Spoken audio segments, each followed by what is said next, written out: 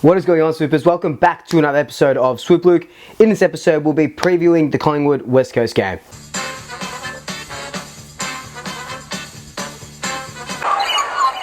So, on Saturday twilight, late afternoon, whatever you want to call it, 4:35 p.m, the Pies take on the West Coast Eagles at Marvel Stadium. Now, this game, before the season started, I thought, alright, this game is probably going to give us a little bit of trouble, right? Collingwood and West Coast notoriously have been fierce rivals ever since, 2018. And our games have been, well, some of our games have been neck and neck, couple of points here and there, 20, 30 points. Then there have been a couple of blowouts. But it's always a great game when we play each other. And this Saturday won't be any different. So we know that the Eagles have come off a torrid start to the season. At the moment, they're 0-3. And I guess it's not because of lack of effort, but they have just been hammered by COVID protocols and players not being able to play. Against North Melbourne, they had, I think, up to 6 or 7 new players that would only probably play one game for the club. And yes, they got really close to North Melbourne.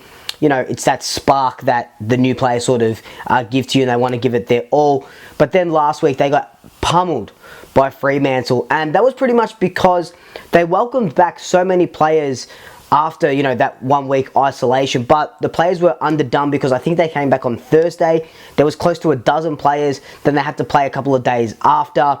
So that Fremantle game, it's yes, they got smashed and they could have done they could have done a little bit better, but you can understand why.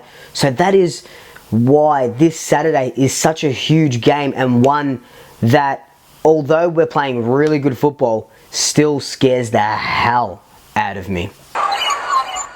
On Saturday, the Eagles could welcome back up to 5 or so players. You're looking at Duggan, Shuey, Rioli, William, and Barras. So, not really anyone to scoff at. Some really good players there. You've still got McGovern and you've still got Shannon Hearn intercepting every ball that comes through. Between those two, they had 28 intercept marks against Fremantle. So Fremantle could have smashed them even more had they not held up the fort in the defensive 50.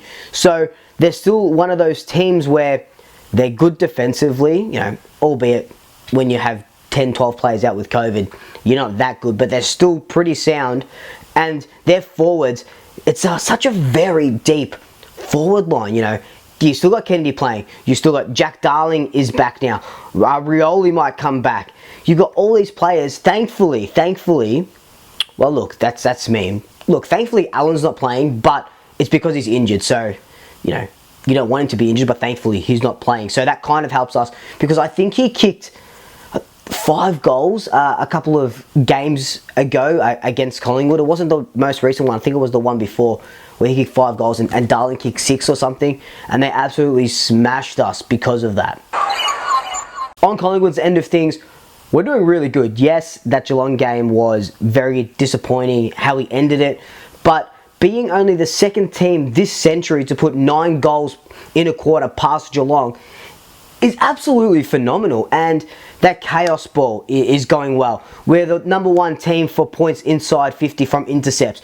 We're a good attacking team. We're a good defensive team. Look, we can be tightened up a little bit in the defensive side of things, but we're also we get those turnovers. We get those tackles inside 50. We're tackling harder now.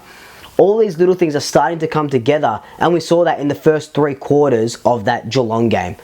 One of the main concerns with Collingwood at the moment is, can we do it for 4 quarters?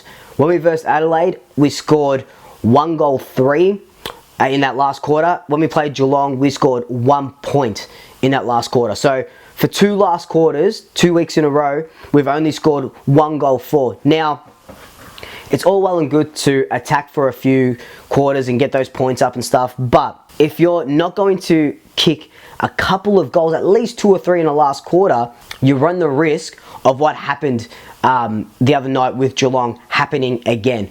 And Craig McRae said this: we play frantic football, we play good football, attacking, hard football, fast running. Are we able to sustain that for 4 quarters? Does that mean kind of dropping it a little bit in the second quarter, going a bit more defensively, the start of the third going a bit more defensively, and then running out the game like that? Can this be sustained for 4 quarters? This chaos ball, can it be sustained for 4 quarters? It's a lot to ask, but hopefully by mid-season, these questions are answered. We talked a lot about West Coast ins, but what about Collingwood and what is going on with them? Well, Jordan De Goey got suspended for that dangerous sling tackle against Dangerfield. I've gone onto my Instagram. Yes, that action is getting suspended now, but it's just, how can you take down these big players? You know what I mean? Like, he should have been caught holding the ball. If Dangerfield got pinned for holding the ball or whatever it may be, the guy would have let go. That wouldn't have happened. He wouldn't have got suspended. But it is what it is. Taylor Adams is out with COVID protocol. We're just talking about West Coast's protocols. Taylor Adams is out, but don't fear. Taylor Adams hasn't been at training all week, so the rest of the Collingwood team aren't going to cop it.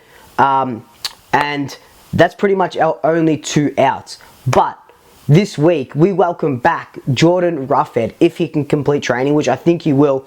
That's going to really help us with Jack Darling and Kennedy, that 1-2 punch. Kind of thinking it as a, I don't want to say a game art, Cameron and Hawkins, because Darling and Kennedy won him a premiership, and, you know, they're still a good duo. So that's really going to help us, Roughhead back with Darcy. And, you know, honestly, I think Imagine does play, because we are definitely going to need all the help we can get down back. But who comes in to replace De Goey and who comes in to replace Adams? I think McRae or Callum Brown comes in to replace one of those two. Callum Brown came off a really good VFL game. 10 tackles, 7 clearances, 20-odd disposals. De Goey is a clearance machine. De Goey is a clearance machine. Can Cal Brown resurrect his career by getting injected to the middle and being that clearance player that, you know, when he played against Richmond last season, he did really well in the middle. Maybe we see Pendlebury go in there. Maybe we see Maynard go in there as well. It's just going to be... It's going to be one of those games where I do think we experiment a little bit. I'd love to see McRae come in. I don't see us making more than 2 changes though, because I do think that we do need Magin in that back line as well. That way Darcy Moore can peel off a little bit more. Jeremy Howe can peel off a little bit more, because like I said, I don't trust Howe as a one-on-one defender. We saw that last week when Cameron just put a little bit of body on Howe. Howe got bowled over and Cameron kicked that goal in that last quarter. Do I think we were going to win? Yes, I do. I think we're going to win by... Look, I said it's going to be a close game and stuff, but I still think, even if West Coast bring in a bunch of their players on Thursday, they're not match conditioned, right? They've had COVID for a week. So I still think, kind of like that Fremantle game, they're going to be very underdone. If we can, you know, run them off their legs in the first couple of quarters, that's going to go a hell of a lot way to winning this game. I think we're going to win by 30 plus points. Who do I see having a big impact? Elliott will probably run through the middle as well. I'm giving you all these options of people running through the middle. I think Reef McGuinness is going to kick his first goal, and I also think Ginnivan is going to kick a bag. Alright guys, this has just been my quick preview and my thoughts about what's going to go down on Saturday Arvo against the West Coast Eagles. Would love to know all your thoughts down below. But until then, like, comment, subscribe, tell your family, tell your friends, tell your pets, and until next time, double shackers, I'll swoop you later.